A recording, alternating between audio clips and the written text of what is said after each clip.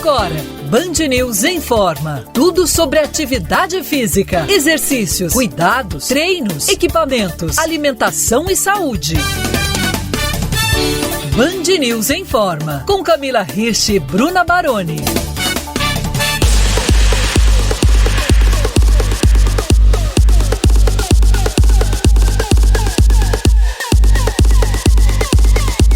Quem aí nunca tentou ficar com a cor do verão em um único dia?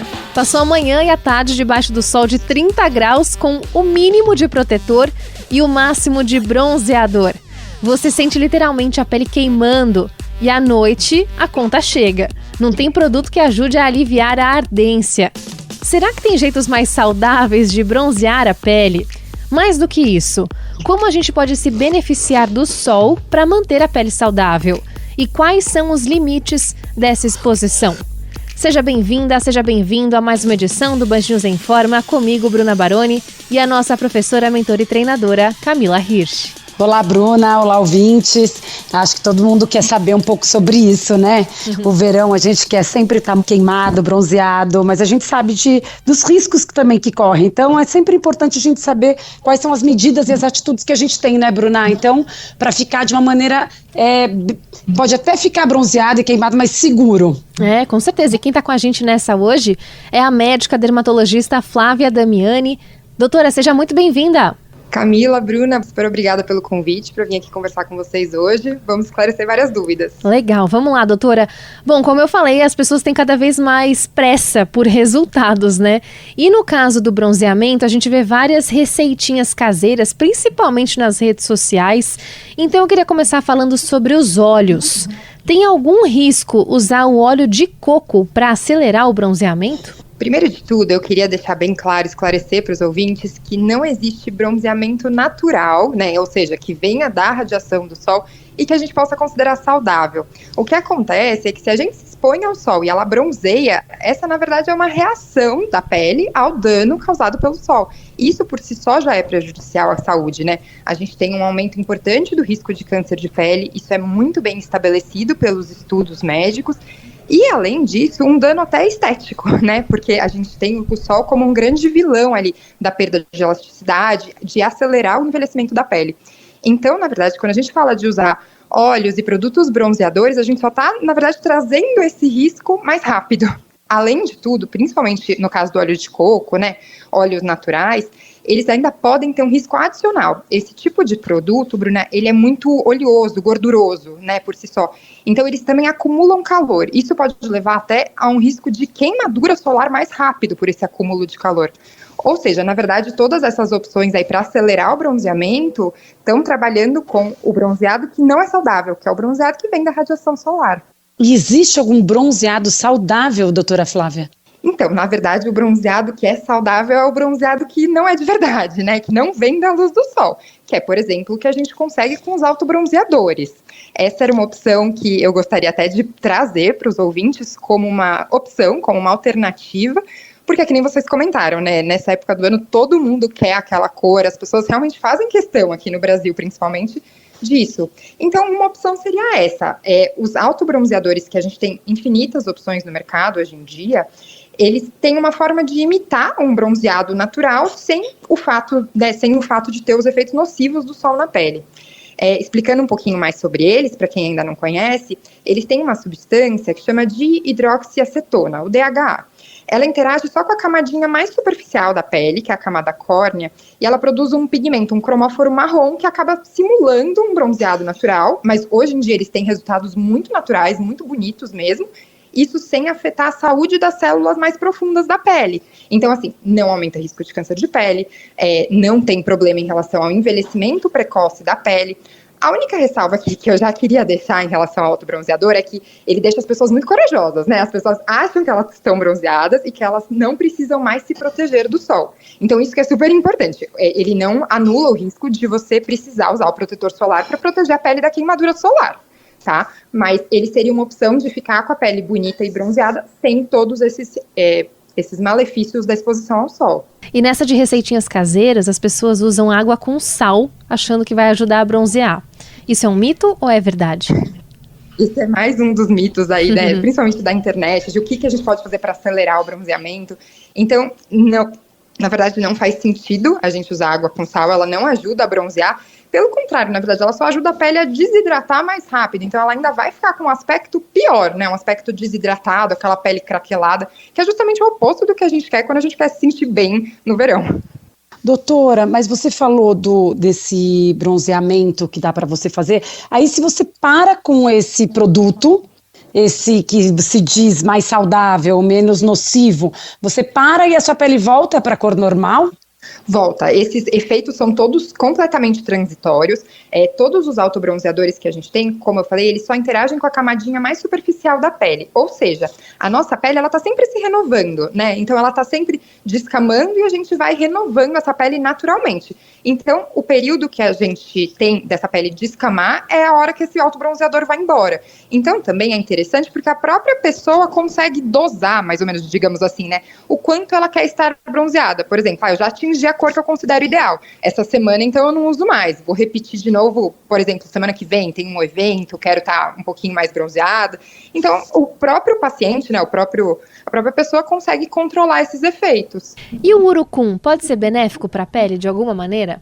Então, se a gente pensar no uso do urucum igual ao óleo de coco, né, muita gente usa o óleo do urucum para acelerar o bronzeamento, aí o risco é exatamente o mesmo que a gente já comentou em relação ao óleo de coco, por exemplo, de acelerar um bronzeamento usando a luz do sol e que é nocivo. Agora, o urucum, enquanto suplemento alimentar, né, alguns suplementos podem ter esse tipo de substância. Ele é rico em carotenoide e antioxidante. Aí, nesse caso, se a gente está fazendo, na verdade, essa suplementação dos carotenoides, dos antioxidantes, eles podem ter, sim, um efeito benéfico. Mas sempre considerando que eles têm um limite do quanto o nosso organismo consegue metabolizar. Então, também não adianta a gente querer abusar dessas substâncias, achando que a gente vai ter um bronzeado aí super duradouro, perfeito.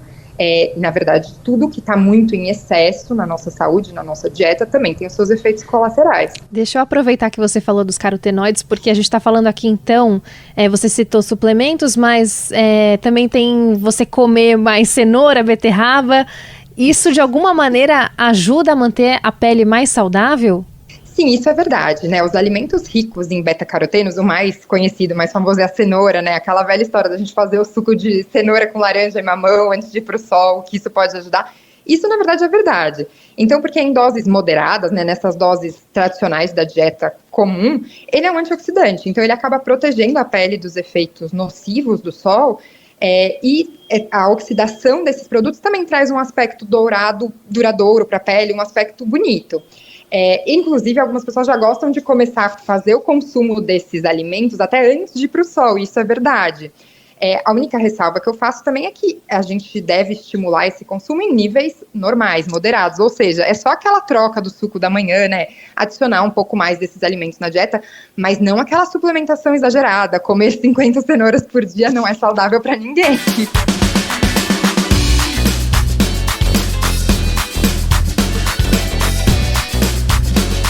Como manter a pele bronzeada e saudável nesse verão? Esse é o assunto do Band News Informa, que recebe a dermatologista Flávia Damiani. Doutora, e toda exposição ao sol, ela é realmente nociva? Qualquer que seja? A gente tem, na verdade, a exposição ao sol como um grande fator de risco em câncer de pele. Isso é uma dose cumulativa ao longo da vida. Então, quando a gente fala da exposição solar que não faz mal, na verdade a gente tem que pensar que essas pequenas exposições, elas vão somando risco ao longo de toda a nossa vida. Muita gente fala, câncer de pele é coisa de gente de mais idade, então eu não preciso me proteger agora. Mas esquece que esses efeitos acumulam. Então, o paciente que tem o seu câncerzinho de pele lá com seus 60, 70 anos, não é por conta do sol que ele tomou no ano passado, é por conta de todo o efeito do sol acumulado na vida toda. Por isso que a gente acha muito importante, enquanto médico, orientar os pacientes desse efeito cumulativo. Então, às vezes é uma coisa que parece uma dose pequenininha, né, de exposição ao sol, parece uma coisa tão inocente, mas acaba tendo efeitos nocivos de longo prazo. Mas isso não significa, então, não se expor ao sol nunca. É só como a gente faz isso. Exato, a exposição ao sol, a gente sabe que é muito importante, até no sentido social, né? Principalmente no nosso país, um país tropical, a gente não gosta de ter nenhuma medida restritiva para os nossos pacientes, porque acaba criando uma mentalidade assim muito terrorista, né? Até em relação a todas as coisas. Então, a gente sempre estimula muito o uso dos fotoprotetores. A gente tem protetores solares hoje em dia excelentes de várias cosméticas, em spray, em gel, em creme, em bastão, até as roupas com proteção UV hoje em dia também, que são uma super opção aliada. Então, para a gente manter, né, a curtir, aproveitar o sol, aproveitar o verão, mas de forma a proteger a nossa pele ao mesmo tempo.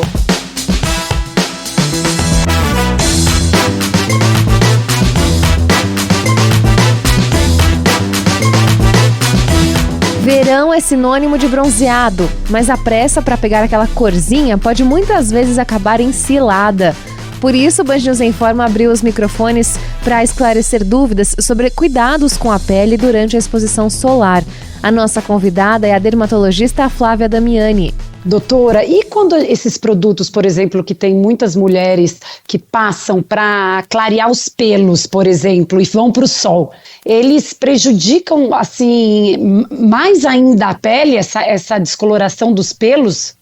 Na verdade, esses produtos que usam os descolorantes para pelo, né, por exemplo, com água oxigenada, eles vão ter esse efeito na pele, o efeito nos pelos de clarear, mas o efeito na pele, na verdade, não é benéfico também. Ele só tem mais o risco de irritação, de dermatite e de prejudicar a barreira cutânea. Ele não tem um efeito benéfico em relação à proteção da pele. Isso é uma questão puramente estética, né, que muita gente prefere usar esses tipos de clareadores, mas em termos de saúde da pele não acrescenta nada pra gente, além de acrescentar, na verdade, um risco aí de uma dermatite, de uma complicação.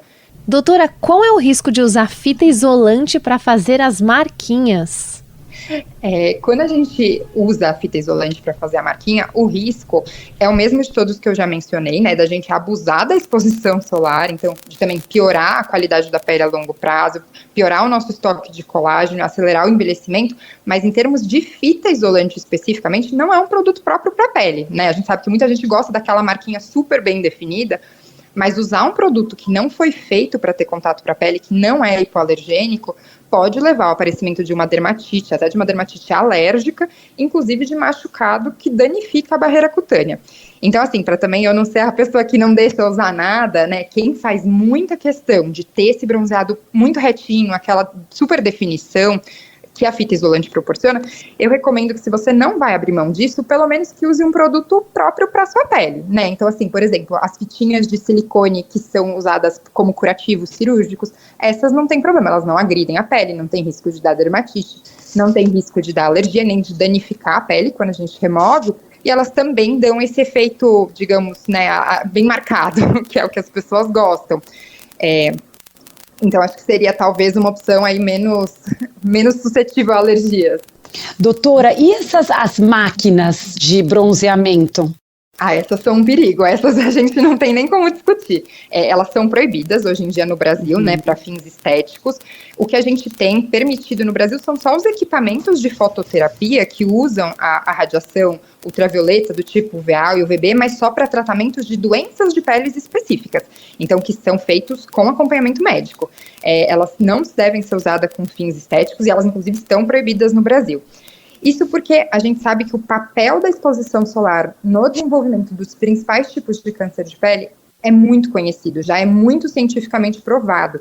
Então, inclusive os tipos mais perigosos, por exemplo, o melanoma, que é o câncer de pele mais perigoso, que tem o maior índice de mortalidade, a gente sabe o quão é importante a exposição de pele como fator de risco. Então, quando a Anvisa proíbe esse tipo de câmera de bronzeamento, na verdade é uma questão de saúde pública, né? A gente entende que é muito importante proteger a população de um risco que muitas vezes ela não sabe que ela está tendo. A população não é obrigada a saber desse tipo de risco e de saber que ela está se expondo a esse aumento de incidência de câncer de pele sem saber. Então, é um papel de saúde pública mesmo da gente orientar as pessoas e proibir quando realmente é necessário, infelizmente. Achei importante só a gente reforçar isso, então, doutora. Se as pessoas encontrarem clínicas que têm essas câmeras de bronzeamento artificial, já é bom ela saber que isso é ilegal. É isso, né? Exato, essas câmeras estão proibidas para fins estéticos, né? Então é muito importante elas saberem que elas não estão respaldadas pela segurança que a Anvisa nos oferece. Quando a Anvisa libera um equipamento, um produto, a gente tem esse respaldo de que essas coisas foram aprovadas, de que isso tem um efeito não nocivo na nossa saúde. Então é bem importante as pessoas saberem disso, que elas podem estar se enganando em relação à segurança, uma falsa sensação de segurança quando elas entram em contato com esse tipo de material. Doutora, e tem alguma parte do corpo onde a pele é mais sensível e aparece, por exemplo, mais melanoma, a gente tem mais chance de ter câncer ou não? Isso não existe, depende de pessoa para pessoa. Sabe o que é super interessante em relação ao melanoma? Os estudos mostram que eles são mais presentes, né? A incidência deles é maior justamente nas áreas que as pessoas se expõem mais ao sol. Então, em mulheres e em homens, às vezes é até diferente onde a gente encontra mais melanoma. Nas mulheres, por exemplo, nas pernas, né, pelo uso de roupas mais curtas, homem muito nas costas, por ficar mais sem camisa. Então, até isso é importante da gente saber. Onde a gente tem maior incidência dos cânceres de pele está intimamente relacionado à exposição solar. A gente repara muito isso em cânceres de pele do tipo não melanoma, né? Os cânceres de pele não melanoma, que é o basocelular, o espinocelular, a gente vê que eles são muito presentes, por exemplo, no rosto, no couro cabeludo de homens que já estão com uma calvície um pouquinho mais avançada. Então, eles têm essa predileção por lugares que foram muito machucados pelo sol. Enquanto, por exemplo, a gente repara que mesmo numa pessoa que tem bastante dano solar, né, nos braços, nas pernas, às vezes a barriga, as costas, porque usava maiô, de repente, né, no caso de uma senhora, a qualidade da pele é completamente diferente. É muito interessante da gente reparar como a qualidade de pele, ao longo dos anos, né, ao longo do nosso envelhecimento, ele muda baseado em onde estava mais exposto ao sol e onde não estava. Uma pessoa que for comprar um spray bronzeador, o que ela tem que estar ligada na hora de ler ali a embalagem? Então, os bronzeadores, na verdade, entram junto ali com os óleos que aceleram o bronzeamento. Eles têm um fator de proteção solar baixíssimo, que é muito insuficiente para proteger a gente da radiação do sol. Então, na verdade, eles são aceleradores de bronzeamento que não são seguros em termos de proteção solar. Agora, se a pessoa for procurar um autobronzeador, aí nesse caso, o que eu recomendo é até procurar, às vezes, na versão hidratante. Isso tem muito, é uma super novidade. Antigamente a gente só achava isso fora, e agora marcas brasileiras estão fazendo também, que é colocar no próprio hidratante, que a gente pode usar pós-sol, que a gente pode usar depois de voltar da praia, para ele manter aquele bronzeado. Então você faz uma sessão mini de autobronzeador diariamente, por exemplo, depois do banho, já hidratando a sua pele, então já trazendo benefícios em relação à elasticidade, em relação à firmeza da pele, e também mantendo ali aquele bronzeado. Então eu acho que essa seria a opção bem mais interessante.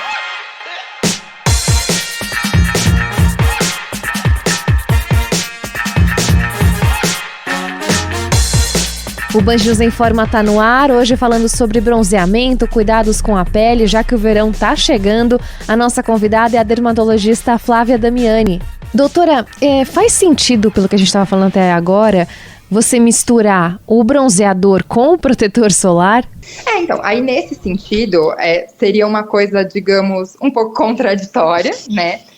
O que os sprays bronzeadores fazem, e que muita gente gosta de usar por causa disso, é que na praia você fica com uma pele bonita, né? Vários deles já tem pigmento, já tem às vezes até um certo glow, aquele efeito bonito, né? Que dá aquele até disfarce, as pessoas até se sentem mais bonitas mesmo.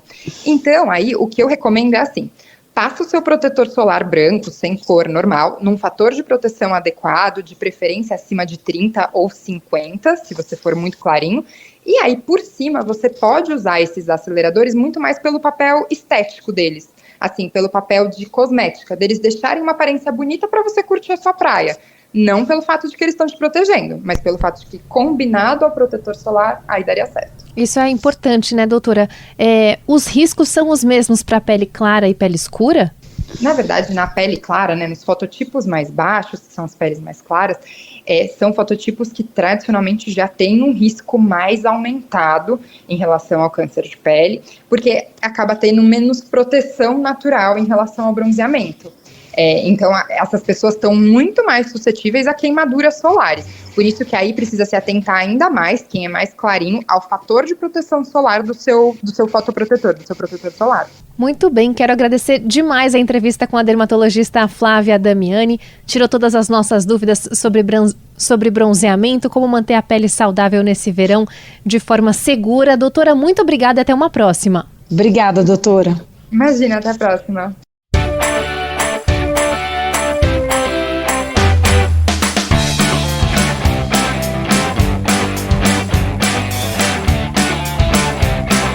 Você, ouvinte, já teve vontade de surfar? E se fosse acompanhado de um cachorro? O Band News Informa tem o prazer de receber agora um dos representantes da dupla que venceu 5 vezes o Campeonato Mundial de Surf Dog. O empresário Ivan Moreira, que tem como parceiro há mais de 10 anos o Bono, um labrador.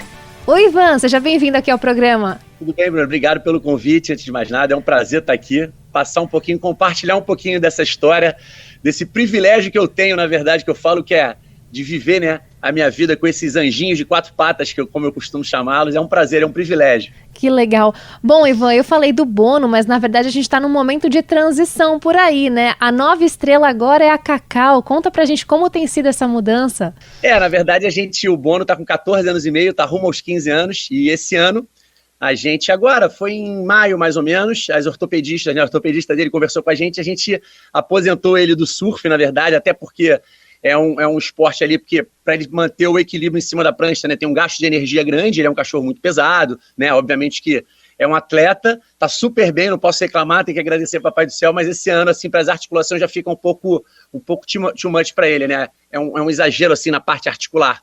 E a Cacau já tá surfando, ela subiu numa prancha, ela tinha acho que 3 meses de idade, ela foi muito novinha, então ela tá desde novinha, ela foi treinada, apaixonada pelo surf, começou junto com o Bono na mesma prancha, eu mandei fazer uma prancha específica para poder estar com os dois, e ela obviamente com o Bono passava bastante segurança para ela, né, ela estando com o pai, né, o Bono é pai de sangue mesmo da Cacau, para quem não sabe, e esse ano a gente fez uma troca de bastão, o Bonão comemorou seus 14 anos, e num dia antes a gente viajou para a Califórnia com a Cacau, para ela participar do primeiro campeonato mundial de surf dog que aconteceu esse ano em São Francisco, mais ao norte da Califórnia. O campeonato costumava ser em Huntington Beach. E ela foi, assim, simplesmente perfeita. Ela foi um fenômeno. Coloquei ela em 5 categorias, né, que eu queria saber como é que ela ia se sair. Primeiro campeonato dela. E ela ganhou 4 ouros e 1 bronze. Foi incrível. Fora que ela foi a crowd favorite, né? Ela foi a favorita da torcida, ela foi ganhando a torcida ali, o pessoal na praia, deu mais de 4 mil pessoas na praia lá em São Francisco, e as pessoas começaram a se apaixonar por ela, era super carinhosa, enfim, foi um prazer, né? Foi para mim, continuar aí o legado do Bono, foi incrível. Ivan, e como que você resolveu surfar com o Bono, né, que foi o primeiro, não sei se teve algum antes, né, o Bono não. Eu sei que foi campeão de tudo, mas como que você começou a surfar e como é que você sabe que eles estão curtindo muito ali, né? O meu cachorro, por exemplo, ele tem medo de tudo, ele fica só assim, parado. Na verdade, assim, um bom feedback dos cachorros pra gente, na verdade, que eu tive com o Bono subiu numa prancha a primeira vez, ele tinha 1 ano e meio, eu comprei uma prancha daquelas de stand-up para começar a remar, né? Aquela que você rema, né? Utiliza o remo, o stand-up paddle. E o Bono foi nadando atrás de mim como um bom labrador, né? Onde é que meu pai tá indo aí, né? Eu entrei no mar sem ondas, que eu estava aprendendo ainda, né? A atividade, eu não sabia remar. Ele subiu na prancha e começou a abanar o rabinho. Ele ficou amarradão em cima da prancha. Tudo bem que os labradores já têm uma certa facilidade com a água, né? Já são cachorros que adoram a água. Subiu na prancha, ele começou a abanar o rabinho, começou a latir. Então, assim, impressionante. Eu posso dizer que foi muito natural o Bonão. O Bonão, ele subiu em cima da prancha, ele gostou de estar ali em cima da prancha. E a primeira ondinha que a gente pegou pequenininha, eu lembro do rabo dele, não parava de balançar. Porque, para quem já surfou, assim, é uma sensação muito gostosa. E você tá deslizando em cima do mar, né? Você tá deslizando numa prancha, a sensação é gostosa. Pro cachorro ainda tem aquele ventinho na cara, então ele ficou apaixonado. Eu acho que se eles não tivessem felizes em cima da prancha, acho que as coisas não teriam acontecido como aconteceram, sabe? Até porque o meu objetivo, com certeza, é proporcionar a melhor qualidade de vida para eles. A gente começou a desenvolver uma técnica, descobrimos que existia um campeonato mundial que acontecia na Califórnia. No primeiro ano, uma amiga minha me patrocinou, nós fomos e ganhamos a categoria que a gente surfa na mesma prancha, que eu não imaginava. Até porque foi um ano, a gente ganhou um mundial em setembro, e o Medina foi pelo primeiro campeão mundial só em dezembro. Então a gente fala que o Bono foi o primeiro campeão mundial, entendeu? Já teve essa repercussão bacana.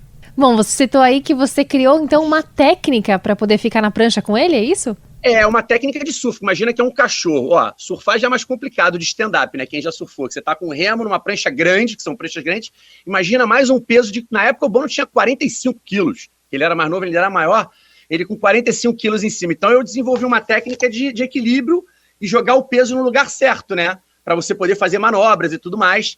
Assim, eu faço uma força grande, embora eu já tenha desenvolvido essa técnica, mas assim, é um pouco mais complicado, né? Você imagina surfar com uma prancha grande, com um remo e com um cachorro de 45 quilos. Então essa técnica que a gente desenvolveu, obviamente que o balance, né? O Bono joga o peso certinho. Quando eu faço as manobras, você vê a cabecinha dele indo para os lugares, ele joga o peso direitinho para os lugares, é muito bacana. E essa técnica nos levou aí a 5 títulos mundiais, né? A gente tem 2 recordes no Guinness também, da onda mais longa já surfada. Muita coisa bacana. Ivan, e o Bono, você assim, é como se estivesse ensinando uma criança, eu digo, uma pessoa que está começando. Você começa em onda pequena, não tem medo, por exemplo, de cair, começando e ele afundar na onda, tomar um caldo. Como é que você vai lidando com isso? Então, na verdade, o Bono, ele subiu na prancha, foi o processo meio que natural. Mas, por exemplo, com a Cacau, eu fiz toda a progressão. E com a outra cachorra que a gente tem aqui, adotadinha, que é a Muqueca, é uma pequenininha aqui, parece parrudinha, parece uma Americanzinha, uma staff, a gente resgatou lá na Bahia. Eu fiz uma progressão para colocar eles na prancha. Como é que é feito isso? Primeiro você coloca uma prancha fora da água, faça com que o cachorro suba na prancha e vai premiando. O treinamento está sempre ligado à premiação. Por quê? O cachorro vai fazer a conexão. Caramba, está em cima da prancha, é legal, estou sendo premiado, estou ganhando petisco, ou a própria alimento. Eu, por exemplo, eu treino os meus com a própria ração deles, entendeu? E aí você vai fazendo uma conexão. O cachorro vai fazendo a conexão de que estar em cima da prancha é legal.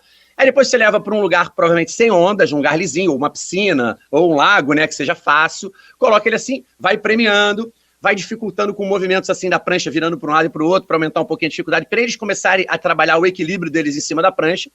E vai aos pouquinhos desenvolvendo essa técnica. E obviamente que cachorros que têm mais facilidade com a água, como Golden Retriever, Labrador, enfim, os cachorros mais na água acabam tendo mais facilidade. Apesar de que a gente também consegue acostumar cachorros com a água. Existe uma progressão também feita, com técnicas que você consegue. Hoje em dia eu acabei que eu estudei um pouquinho, fiz alguns cursos sobre parte de adestramento, de comportamento animal, até para poder ter esse entendimento. Mas não é nada tão difícil assim, não é esse bicho de 7 cabeças, não. Ivan, eu tenho uma curiosidade. Como é que vocês surfam? Eu nunca assisti, né? Então, o campeonato, então eu não tenho noção de como seja. Mas como é que vocês chegam a passar arrebentação com o cachorro? Claro, como que claro. Você passa arrebentação com ele? Como que é?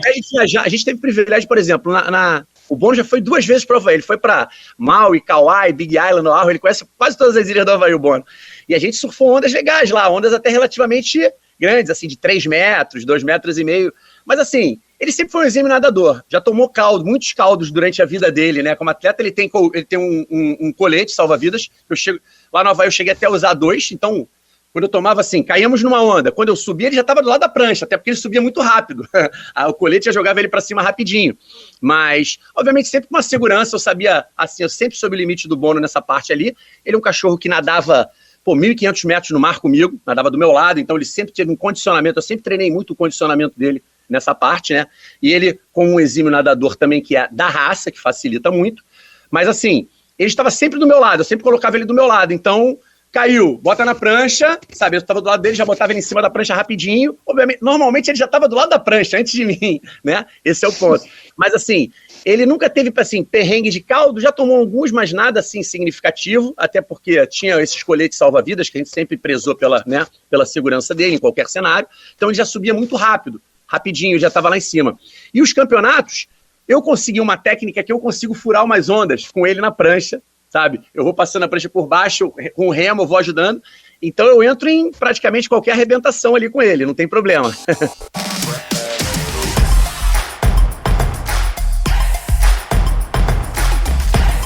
O Band News em Forma vai chegando ao fim. A gente está conversando com o educador físico Ivan Moreira, surfista que praticou há anos surf dog com o labrador dele, o Bono, e agora está fazendo a transição para a filha do Bono, a Cacau.